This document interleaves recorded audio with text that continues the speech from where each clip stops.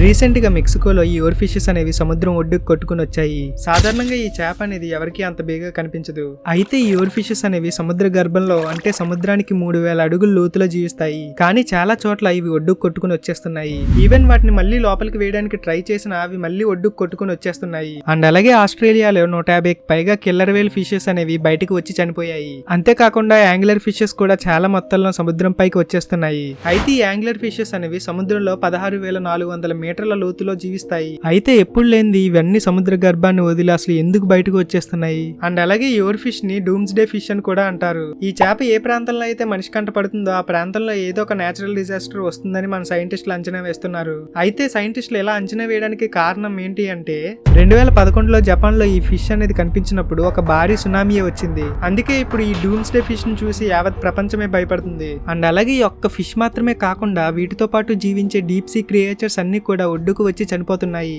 And ఇంకొక విషయం ఏంటి అంటే రీసెంట్ గా కేరళ బీచ్ ఒడ్డులో కొన్ని లక్షల చేపలు అనేవి బయటకు వచ్చేసాయి. సో ఇవన్నీ సముద్రంలో దేన్నైనా చూసి భయపడుతున్నాయా? అండ్ ఇంకొంతమంది ఏమంటున్నారు అంటే లివియాథన్ అనే ఒక భారీ సీ మాన్స్టర్ అనేది నిద్ర మేల్కొందని, అది చాలా చోట్ల కనిపించిందని నమ్ముతున్నారు. అయితే ఈ లివియాథన్ అనే ఈ సీ మాన్స్టర్ అనేది ఎక్కడి నుంచి వచ్చింది, అసలు దీని స్టోరీ ఏంటి అనేది మనం నెక్స్ట్ వీడియోలో తెలుసుకుందాం. సో ఫ్రెండ్స్, ఈ చేపలన్నీ కూడా ఇలా బయటకు వచ్చి చనిపోవడానికి గల కారణం ఏమై ఉంటుందో మీకు తెలిస్తే కనుక కింద కామెంట్ చేయండి.